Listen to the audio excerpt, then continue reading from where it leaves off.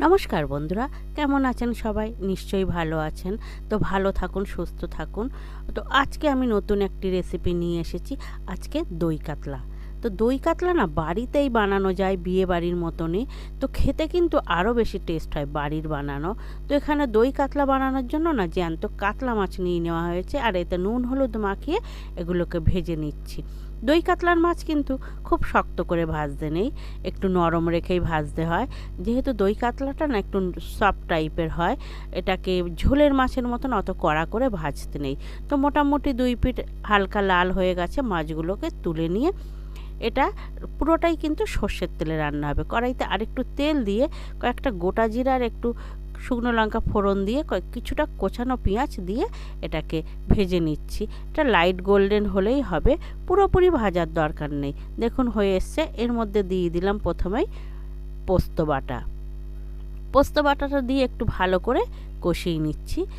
নিয়ে এর মধ্যে এবারে দিয়ে দিচ্ছি একটু লঙ্কার গুঁড়ো কালারের জন্য, দিয়ে দেবো এর মধ্যে কিছুটা হলুদ এবং লবণ দিয়ে ভালো করে কষিয়ে নিচ্ছি যাতে পোস্তর কাঁচা গন্ধটা উড়ে যায়। দিয়ে এবার এর মধ্যে দিয়ে দেওয়া হলো কাজু বাটা।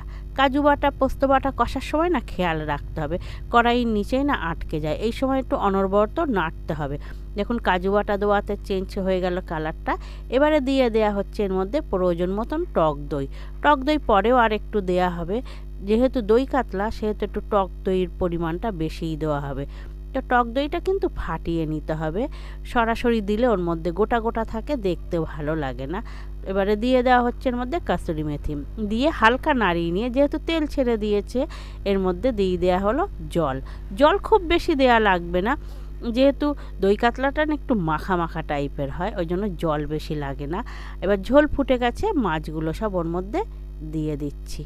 দিয়ে খুব ভালো করে নাড়িয়ে এবার এটাকে ফুটতে দিতে হবে। তবে হ্যাঁ, খেয়াল রাখতে হবে মাছ কিন্তু ঝোলের মধ্যেই খুব বেশি ফুটিয়ে নিলে না, নামিয়ে রেখে দিয়ে যখন আপনি সবাইকে খেতে দেবেন তখন কিন্তু মাছগুলো ভেঙে যাবে। ওই জন্য এর মধ্যে বেশি ঝোল ঢোকানো যাবে না। দেখছেন তো অল্প জল দিয়ে করছি। তো দেখুন এটা বেশ ভালোভাবে ফুটে গিয়েছে। এবারে কিন্তু এর মধ্যে দিয়ে দিচ্ছি কিছুটা গরম মশলার গুঁড়ো। একটু গরম মশলার গুঁড়ো দিলে না সেন্টটা আরও বেশি সুন্দর হয়। তো এর মধ্যে দিয়ে দিচ্ছি একটু গরম মশলার গুঁড়ো। এবার কিন্তু নামিয়ে নিতে হবে, বেশি ফোটানো যাবে না, সেই জন্যই এর মধ্যে গরম মশলার গুঁড়ো দিয়ে দেওয়া হয়েছে। দিয়ে ভালো করে নাড়িয়ে নিচ্ছি। দেখুন কি সুন্দর তেল ছেড়ে এসছে। এবারে গ্যাসটা বন্ধ করে এর মধ্যে ধনে পাতা একটু ছড়িয়ে দিয়েছি, দিয়ে নামিয়ে নিচ্ছি। ধনে পাতাটা হলো অপশনাল, আপনারা চাইলে দিতে পারেন, আবার স্কিপও করতে পারেন।